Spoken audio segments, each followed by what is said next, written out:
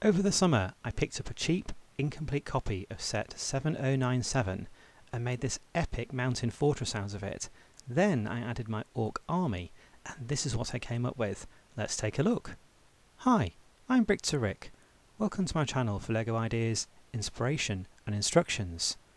If you're new to my channel, I cover lots of castle videos, pirate stuff and seasonal sets across the year, including Halloween and Christmas. So if you want more content, please subscribe. Also check me out on Instagram, search Rick for more previews and pictures. So over summer I was incredibly lucky picking up an old and incomplete set, LEGO 7097, the LEGO Troll Mountain Fortress. Now mine didn't come with any minifigures, so I focused on remodelling the fortress instead and adding my orcs at the end. I began this build by making a proper mountain, using 3 big ugly rock pieces there at the front, and then extending it around the sides and the back, enabling me to make a fortress on top and around it out of just one copy of this model. And this is what I came up with for the front. Here is the entrance gate, flanked by 2 turrets and some flames. Above the entrance gate is an idea that I stole directly from the instructions, putting to good use that single moulded skull piece. It just looks so cool, I couldn't leave it out from this design. So either side of the gate there are holes in the walls and some turrets above that. This enables the orcs to defend the entrance easily and keep their fortress safe. The gate itself is on hinges and has a very wide opening, allowing those troll big figs to get through. Now this shot shows off the left hand side of the castle, which I deliberately left plain as there weren't very many pieces left to decorate it with. And this more elevated view shows off what's going on with those defences there, including a walkway all the way round to gain access to the upper level. Now this comprises of a storage room there on the left and a potion room there on the right. I'll show you those in more detail. But first we have a view here from the back, and this shows that some of the rooms are open access. Below that you can see that there are caves underneath the mountain.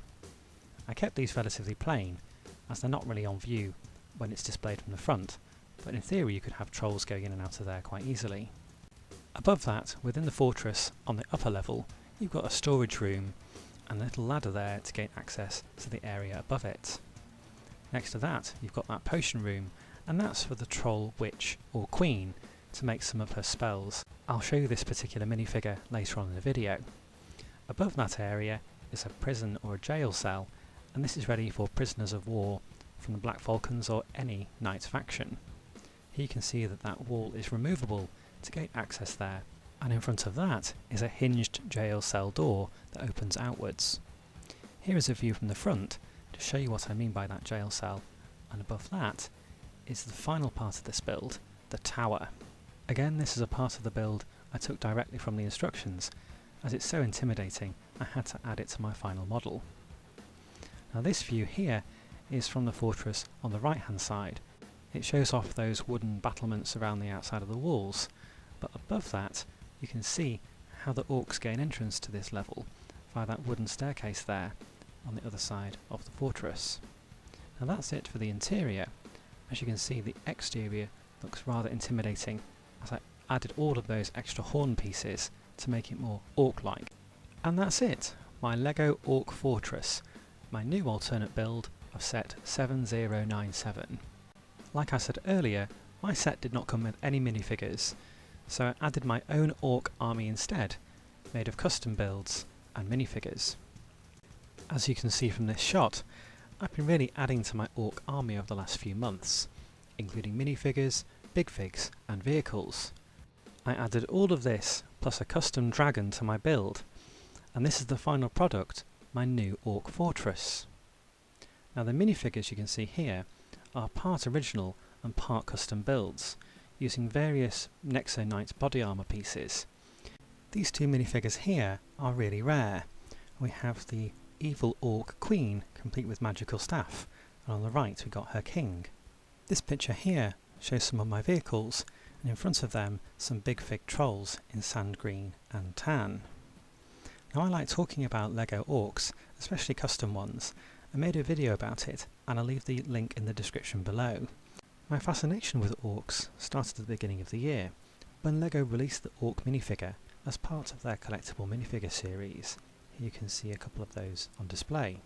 I gradually added to my collection, including some of the old style orcs and some vehicles, but I really think the old ones suit my build best, and here you can see them alongside one of those big fig trolls I was talking about. This one in tan green was really good to collect. On top of the build, I added a brick built dragon that really sets off this model. I really like how terrifying it is perched on top of this castle. I mentioned it in my You've Been Flamed video a few weeks ago. I'll leave the link in the description below. Essentially I went through a whole list of dragons, but this one was my favourite one. This is a freestanding version of the Harry Potter Hungarian Horntail dragon that's still available from LEGO.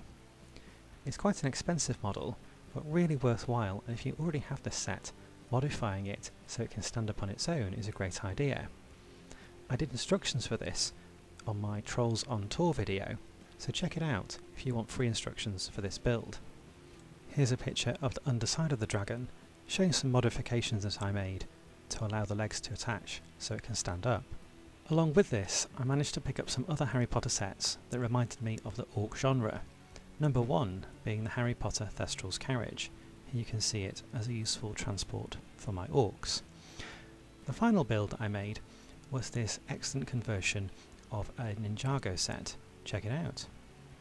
So at the back there you can see some of the orc wagons I managed to get off eBay. These were incredibly cheap as they had no minifigures with them. Next to it you can see a custom built wagon, and this one here is for capturing prisoners and taking them back to the fortress. Around the opposite side of the fortress you can see yet another wagon that I got cheaply online. These make a great addition to any orc scene, so I advise you get one of these if you can, especially if they have a flag above them. These flags are really rare and they have that fantastic emblem on the top. On the fortress tower now you can see the Orc King and leader of the army. He's surveying his troops in front of him from the top there. Above that we've got the evil Orc Queen. She's a sorceress, and you can see that she has a powerful gemstone on her staff. She uses that to keep the dragon in check, and overall she's in charge of the entire operation. So that's it, my Orc collection on my new Orc Fortress. I hope you really enjoyed this build. I thought it was a great idea to take this on over summer as my project. Many thanks for watching. I'll see you soon.